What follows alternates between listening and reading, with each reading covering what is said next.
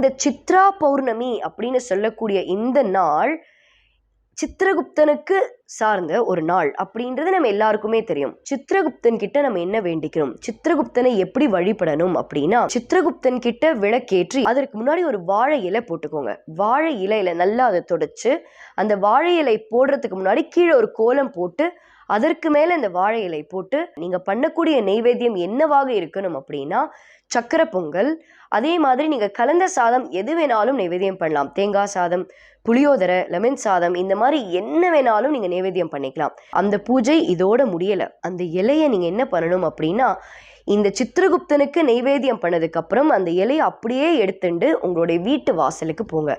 வீட்டு வாசலுக்கு போய் சந்திரனுக்கு நீங்க நைவேத்தியம் பண்ணணும்.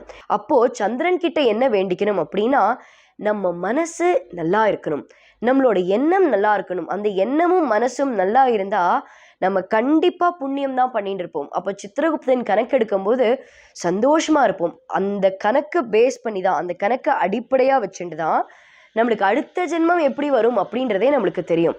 இந்த நாளன்று நாங்கள் விரதம் இருக்கணும் அப்படின்னு நீங்கள் நினச்சிங்கன்னா தாராளமாக இருக்கலாம்.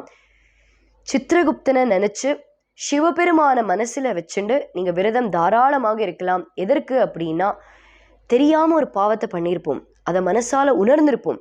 இந்த பாவத்தை மறுபடியும் நம்மளுடைய வாழ்க்கையில் பண்ண மாட்டோம்னு ஆத்மார்த்தமாக உறுதி எடுத்து நீங்கள் அந்த விரதத்தை இருந்து பாருங்களேன், நிச்சயமா அதற்கான பலனை சிவபெருமான் உங்களுக்கு கொடுப்பார். இந்த சித்ரா பௌர்ணமி அன்று சந்திரன் நம்ம பார்த்தோம்னா முழுக்க முழுக்க அப்படியே வெள்ளையா இருப்பார் இல்லையா?